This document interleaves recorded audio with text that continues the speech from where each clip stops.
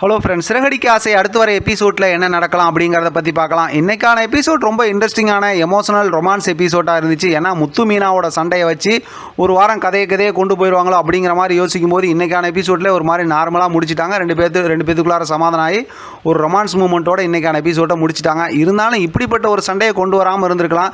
ஏன்னா இது யதார்த்தமாக நடக்குதுங்கிற பேரில் ஆம்பளை சம்பாதிக்கிறது பொம்பளைக்கு பிடிக்கல, பொம்பளை சம்பாதிக்கிறது ஆம்பளைக்கு பிடிக்கலன்னு சொல்லிட்டு தேவையில்லாத ஒரு சட்ட சிக்கலை ஒரு யதார்த்தமான கதையில் காட்டி நிறைய பேர்த்தோட மனசில் வந்து கஷ்டத்தை ஏற்படுத்திட்டாங்க.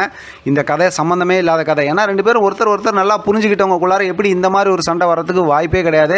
ஒரு சம்மந்தம் இல்லாத விஷயத்தை தான் செஞ்சுட்டாங்க இன்றைக்கான கதையிலன்னு சொல்லலாம். ஆனால் நாளைக்கான ப்ரோமோ ஒரு இன்ட்ரெஸ்டிங்கான ப்ரோமோவை காட்டியிருக்காங்க. ஏன்னா மனோஜ்கிட்ட அந்த வீடு வாங்குறவங்க வந்து சொல்லியிருந்தாங்க, நீங்கள் கோயிலில் வச்சு ஒரு 5 லட்ச ரூபா அட்வான்ஸ் கொடுங்கன்னு. இவங்களும் பணத்தை எடுத்துகிட்டு இங்கே வந்திருக்காங்க. அப்போ தான் மீனாவோட அம்மாவும் அங்கே கோயிலுக்கு வந்திருக்கும் போது இவங்களை பார்க்குறாங்க. என்ன இங்கே வந்திருக்கீங்க என்னதுன்னு கேட்கும்போது இந்த மாதிரி வீடு வாங்க போகிறோம் இல்லையா, அதுக்கு அட்வான்ஸ் கொடுக்குறது இங்கே வந்திருக்கோம் அப்படிங்கிற மாதிரி சொல்லிட்டு சந்தோஷமாக தான் அங்கேருந்து போகிறாங்க.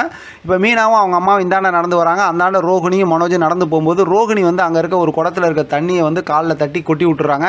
இப்போ மீனாவோட அம்மா வந்து இந்த மாதிரி ஒரு நல்ல விஷயம் அவங்க செய்ய போகிறாங்க, வீடு வாங்க போகிறாங்க, அதுக்கு அட்வான்ஸ் கொடுக்க போகிறாங்க.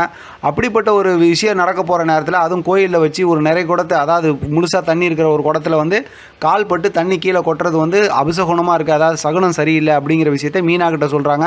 மீனாவும் திருப்பி அது சம்மந்தமாக மீனாவோட அம்மா கிட்ட கேட்டு விசாரிக்கிறாங்க. அப்போ அவங்க அம்மா வந்து இது என்னமோ எனக்கு தப்பாக படுது, ஏதோ அதாவது எனக்கு சரியாக படல அப்படிங்கிற மாதிரி தெளிவாக சொல்கிறாங்க. மீனா யோசிக்கிறாங்க.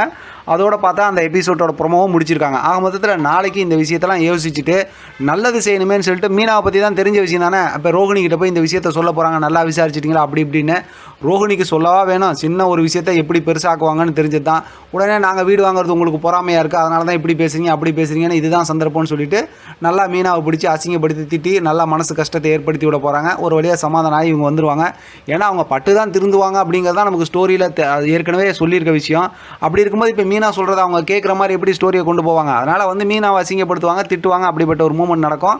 அடுத்து பார்த்தோம்னா என்ன நடக்கணுமோ மனோஜ் ரோகிணிக்கு அது நடக்கும். அது அடுத்த வாரத்துக்கான ஸ்டோரி. அது அப்புறம் நம்ம இப்பயே சொல்லி ஸ்டோரியை ஸ்பாயில் பண்ண வேணாம். பார்க்கலாம் என்ன நடக்குதுன்னு. இதை பற்றின உங்களோட கருத்து கமெண்ட் பாக்ஸ் தெரியப்படுத்துங்க. தொடர்ந்து ஆதரவு கொடுங்க. தேங்க்யூ ஃப்ரெண்ட், தேங்க்ஸ் ஃபார் வாட்சிங்.